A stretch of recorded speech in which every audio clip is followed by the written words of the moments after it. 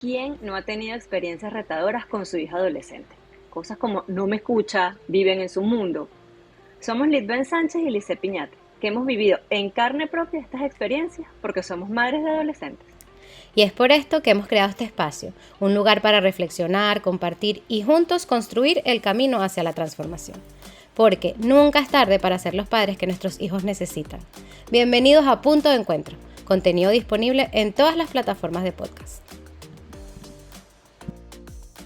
El episodio de hoy está dedicado a una etapa que puede llegar a ser bien compleja, bien retadora para nosotros los padres, pero que también, como todos, si cambiamos la perspectiva, puede ser un momento de oportunidad.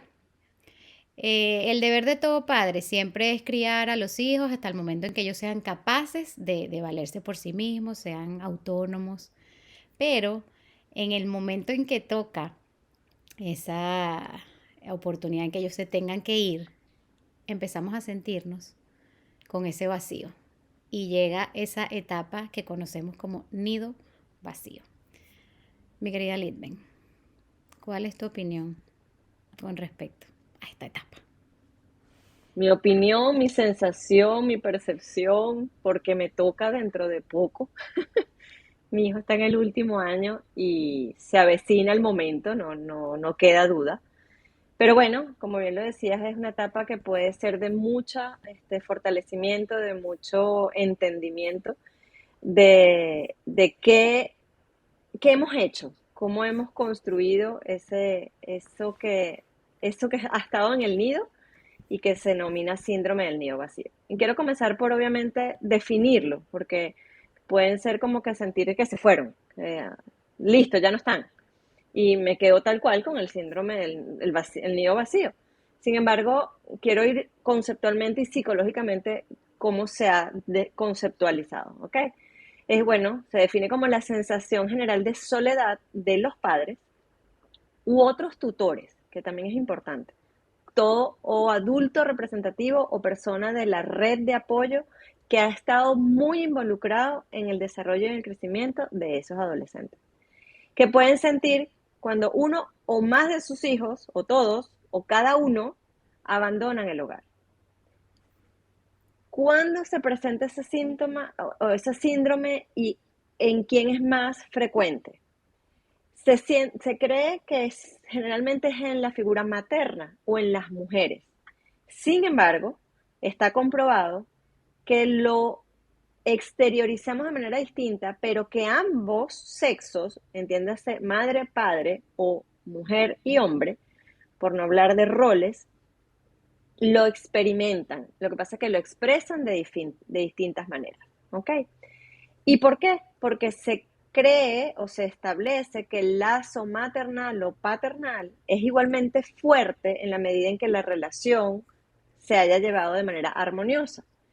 Pero desde el punto de vista de la madre, es el momento efectivamente cuando dejan de estar bajo el mismo techo, que la madre siente la desvinculación o el rompimiento del hilo maternal, del cordón efectivamente umbilical. Entonces es allí donde se ha hecho presente o se ha hecho como más hincapié, es en que es la figura materna la que más siente este síndrome. ¿Okay? ¿Cuáles son o qué enfrentamos los padres? Y aquí ya no quiero hacer la diferencia entre madre y padre, yo quiero hablar en líneas generales, qué se siente en casa cuando se van los hijos, ¿ok? Y particularmente cuando se va o el primogénito o el hijo único, ¿ok? Y antes de que entres ahí, Litven, tú que estás, ya tú dices que tú estás cercana, obviamente, porque es el último año de tu hijo en high school. El mío tiene 14, sin embargo, no sé por qué desde hace varios meses estoy comenzando como con esa angustia, ¿no? Con esa ansiedad. Incluso en estos días fui a comer con varias amigas cuyos hijos también están entre 15 y 16 años y estábamos todas como hablando de eso y una de ellas decía, yo necesito hacer algo con mi vida porque en este momento para mí todos son mis hijos y el trabajo. Yo necesito buscar un propósito porque en el momento en que ellos se vayan, yo no sé qué voy a hacer, ya yo lo estoy sintiendo. Y a mí me está pasando también. Lo experimenté cuando Rey se fue para España 2 semanas, que yo decía, wow, sí, es bien, es ley de vida. Y yo lo veía que él estaba que se sentía tan bien, tan autónomo, pero por otro lado estaba esa arruguita de decir, ay, ya no me necesita, ya no. Ahora, ¿tú sientes que esto es más un tema de Latinoamérica? Que estamos acostumbrados a que, por ejemplo, los chamos van a la universidad pero siguen viviendo en la casa de uno hasta que se casan o se casan y siguen en la casa de uno. Aquí no, aquí es como que, bueno, estoy esperando que salgan de high school para que se vayan para la universidad, se marchó y uno lo ve como con más ligereza.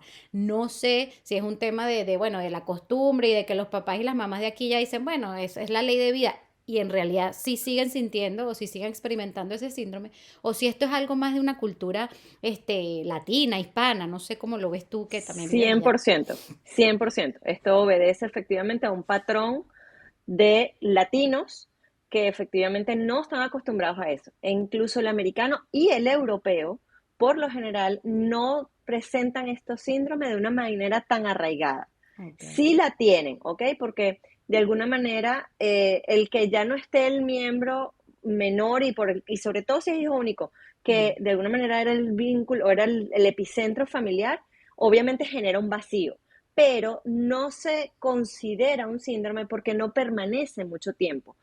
¿Y a qué Mm. obedece desde lo que tú planteas? Y eso va a ser al final que lo voy a decir, unos pequeños tips de qué cosas debemos hacer para prepararnos ante esas circunstancias, pero tiene que ver con esa es la palabra clave, prepararnos para eso. Y tú que lo estás diciendo, que ya lo has sentido, es porque cada vez, ya estando inmersos en esta cultura americana, canadiense, europea, ya sentimos que ya no es infinito el que estén en nuestras casas, es que Mm. cada vez se van acercando más. Y eso empieza a suceder en la etapa cuando están finalizando el middle school, porque ya sabemos que es como la última etapa de la educación. Entonces, es allí efectivamente cuando empieza a hacer esa cosquillita en la barriga presencia y esas emociones, tal cual que tú acabas de decir, de abandono, de que no le hago falta, de que ya es independiente, empiezan a surgir en nosotros. ¿Ok? Y es Y ahí literalmente un es vacío lo que uno siente de verdad. exactamente. Mm. ¿Y a qué viene? Y eso es un poco lo que vengo a hablar de cuáles son esas cosas que enfrentamos nosotros desde el punto de vista emocional, psicológico e incluso a nivel de nuestra manera de actuar. ¿Qué sentimos? ¿Qué nos pasa cuando tenemos el síndrome del nido vacío? Ujú. Sentimos soledad, o sea, así estemos muy acompañados o incluso así nos queden otros hijos en casa. Nos sentimos solos, nos sentimos tristes de una manera más frecuente de lo normal. En algunos casos, cuando es exacerbado, incluso pérdida del sentido de la realidad del por qué estoy aquí en mi vida, ¿ok? Ujú. Poco apetito, pueden haber cambios importantes en el tema de la alimentación, aislamiento familiar, laboral y social, porque quiero vivir mi proceso. Y bueno, menos mal que hay un perro para que haga vida, porque eso es bien importante. No, en serio, y lo voy a poner como un tips y ya se nos adelantó el ladrido. Pero esa es una de las características uno de los consejos que surgen producto del nido vacío, tener una mascota, Mm. tener a alguien a quien hacerle saber que es importante para mí y yo soy importante para él. ¿A qué me refiero con aislamiento familiar, laboral y social? Que las personas buscan estar más consigo mismas. No quieren en este momento, quieren es vivir su proceso como un duelo, ¿ok? Y eso es importante y eso va a generar un aislamiento. Es importante reconocer que en muchos casos ese síndrome puede considerarse como paralelo a lo que sería un duelo, ¿ok? Una pérdida. Y es Sentimiento de importante rechazo o de vivirla, ¿no? culpa, Es importante vivir totalmente. eso me gusta porque, claro, muchas veces uno dice duelo, bueno, entonces es cuando hay una pérdida física, digo, de que alguien se muere. No, duelo puede ser cualquier cambio, o sea, cualquier momento en el que tú tengas que decir, cuando tú vas a tomar una decisión, tú estás dejando de hacer algo, tú tomas una y la otra cosa tú la estás dejando de hacer, estás perdiendo algo. Entonces ese momento de duelo es importantísimo transitarlo en todas sus etapas. Y Ahora, aceptarlo, que es ujú, importante.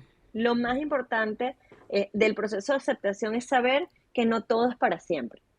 Que a pesar, o sea, visto como un duelo que ya no existe, la verdad del síndrome del nido vacío es que en algún momento nuestros hijos sí vuelven, porque ujú, vienen de vacaciones, vienen de nosotros también le vamos a hacer falta. Entonces ellos van a buscar volver a casa, fechas especiales, vacaciones, cualquiera que sea, incluso la excusa va a Ujú. valer, a diferencia del duelo. Entonces, pero el no pensar que debo mantenerme en ese aislamiento, en ese sentimiento de culpa de por qué lo dejé ir, habrá sido lo bueno, será que lo hicimos bien.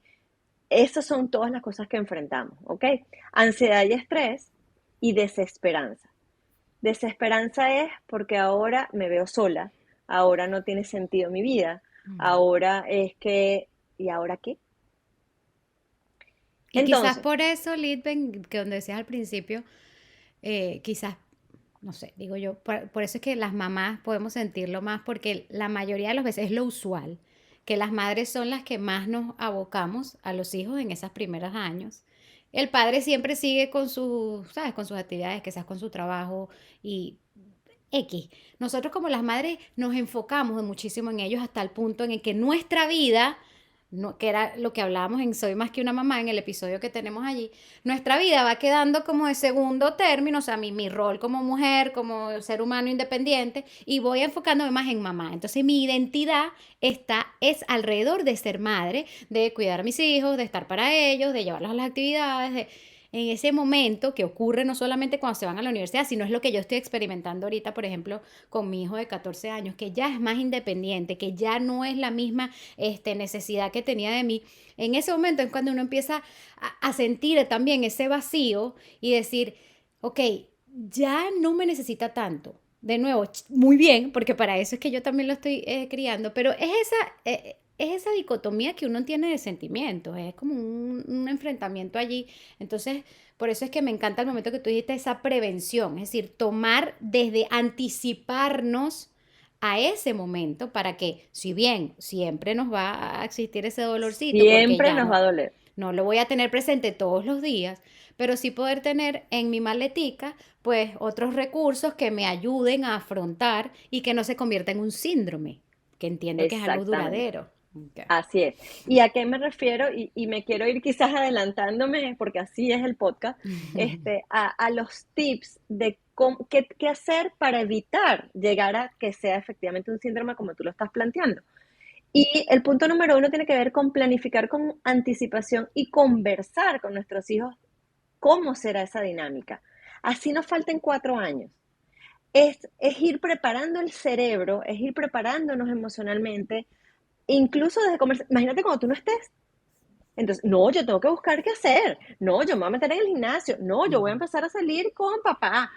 No, yo voy a empezar a salir con mis amigas. O sea, para empezar a yo desvincularme y precisamente lo que tú hablas de que ellos son más independientes, pero es que también nosotros como padres tenemos que ser más independientes de ellos, porque nuestra vida muchas veces gira en torno a la dependencia de nuestros hijos. Total. Sí. Entonces nos volvemos interdependientes, que nos necesitamos uno del otro para poder actuar y tener sentido en la vida. Pero ¿qué tenemos que también tener en cuenta? Que cuando ellos vuelen a su vida y hagan su vida y su camino, nosotros también, ellos también se tienen que sentir tranquilos de que nosotros tenemos nuestra propia vida. Y eso se tiene que hacer exactamente en el momento en el que tú estás hablando, que están tus amigas en ese momento en cuando yo estoy 13, 14 años, porque me faltan 4 o 5 años para que eso suceda. Entonces es allí donde yo tengo que empezar a darle responsabilidades a ellos para que él sepa manejarse en el futuro, Claro, y para que que no no nos sienta como dependa una de mí. carga. Es lo que tú dices, ay, porque Exactamente.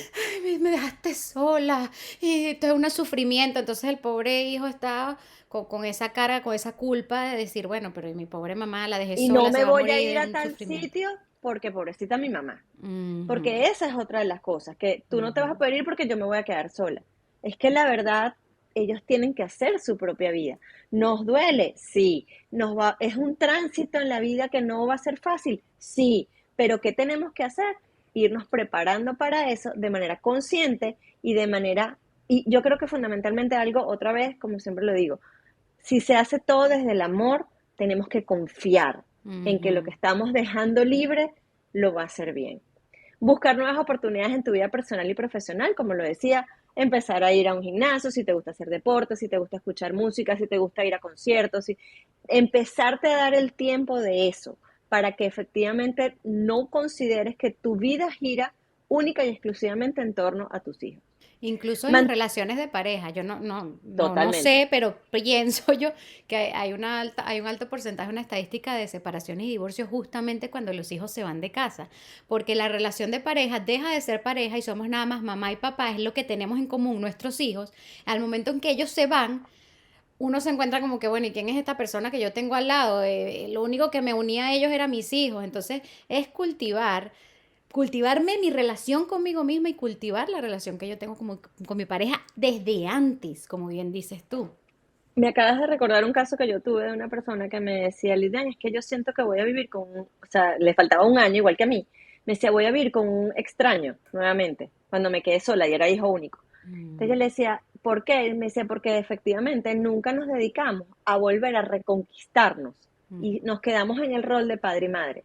Y ahí es donde está otro tips, reconectar con la relación y con la figura de hombre-mujer, no solo en el rol madre e hijo, madre y padre, porque efectivamente ese rol va a pasar en ese momento, cuando ya no estén, va a pasar en un segundo plano. mm. Y lo que va a quedar en primer plano es el tú y yo, esa conexión cuando existe obviamente la pareja y los padres, y además va a existir un tú y yo muy distintos a cuando fuimos tú y yo antes de tener hijos. Antes, claro.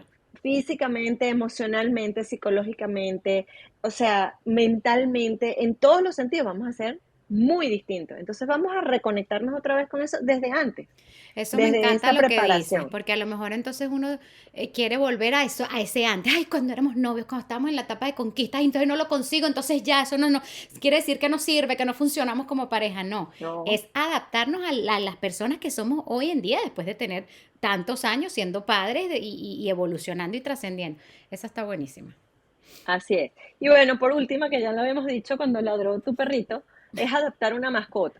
¿Y por qué? Porque efectivamente el llegar a casa y que se escuche tanto silencio, también me pasó con otra persona que además se le fueron, imagínate, unos morochas, decía, me aturdía el silencio.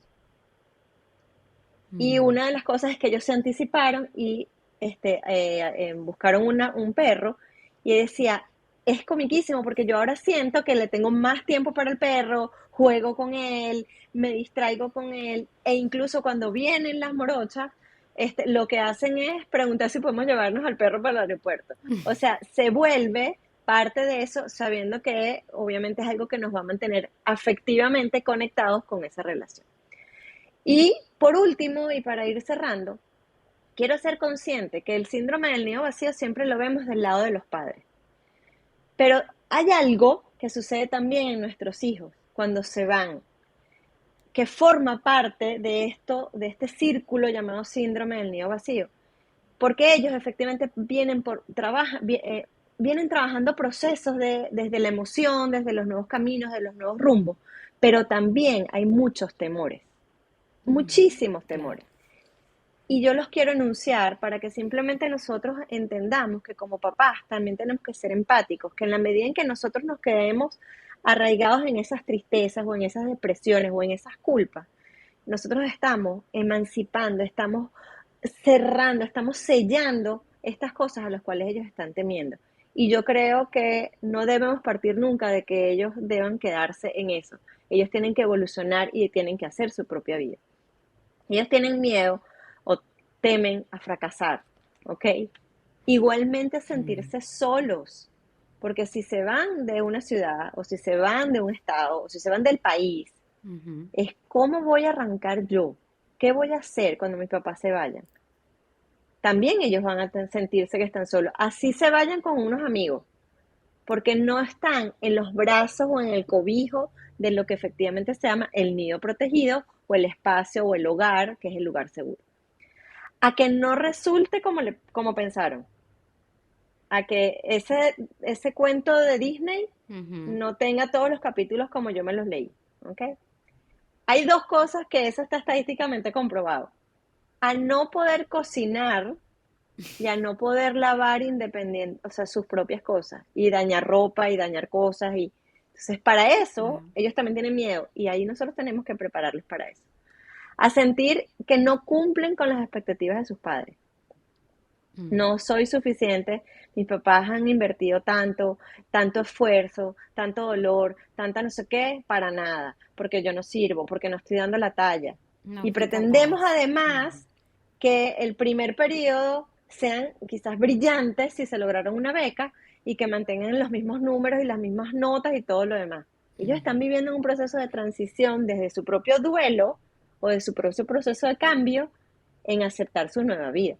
La emoción puede durar 3, 4, 5 días, la primera semana, cuando se empiezan a dar cuenta de que el próximo semana también va a ser igual, y Ujú. la próxima de arriba también, y es que me faltan 7 semanas para volver a mi casa, empieza esa sensación de, ay Dios mío, no sé si me puedo adaptar a todo esto.